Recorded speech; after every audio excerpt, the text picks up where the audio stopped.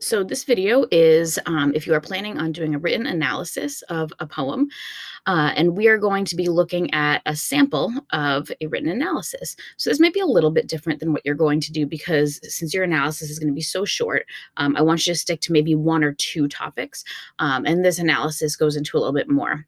But you can still get the basic gist of what a poem analysis should look like. So up above here, you see the poem itself. This is one of William Shakespeare's sonnets. And if we look at what the analysis tells us, we see that this analysis starts by looking at form.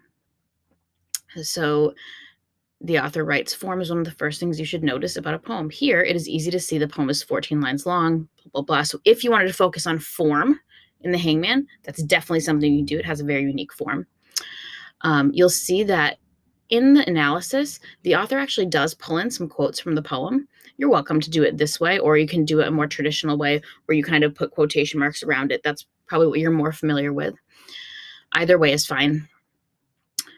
As this author continues, he or she is noticing literary devices like repetition in the last 2.5 lines, talking about why repetition is important, not just pointing out that repetition is there, but it's important because it places even more emphasis on the repeated word than does the prose. What does the repetition in these lines suggest? Also note we've come to the end of our first quatrain. Usually the first stanza of a sonnet proposes a problem for the poet. What is this problem? And so this person is getting a little bit into what the repetition actually does. So we don't want to just point out things like repetitions and metaphors. We want to consider what those repetitions and metaphors do for our actual poem and our meaning. So as this suggests, and where this is right now is Purdue Owl, what this suggests is that these are no means a complete analysis of the poem. It's just pointing out a few things. So that's kind of what you want to do here.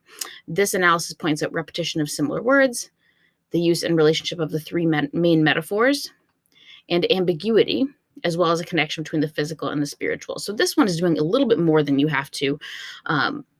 I will link this as well for you so you can read it later.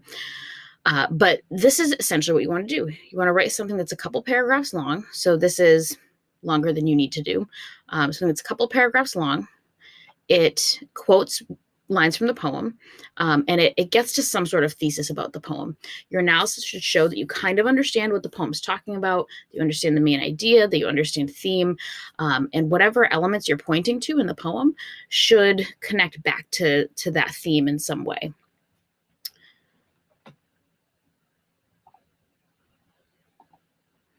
Note on conclusion, you do not need to write a lengthy conclusion or anything like that. If anything, again, you're just going to write a sentence or two that will connect back to theme. In terms of structure, it should be academic in nature. You should write in the third person, use an academic font, and double-spaced, please. Other than that, if you have questions, just let me know.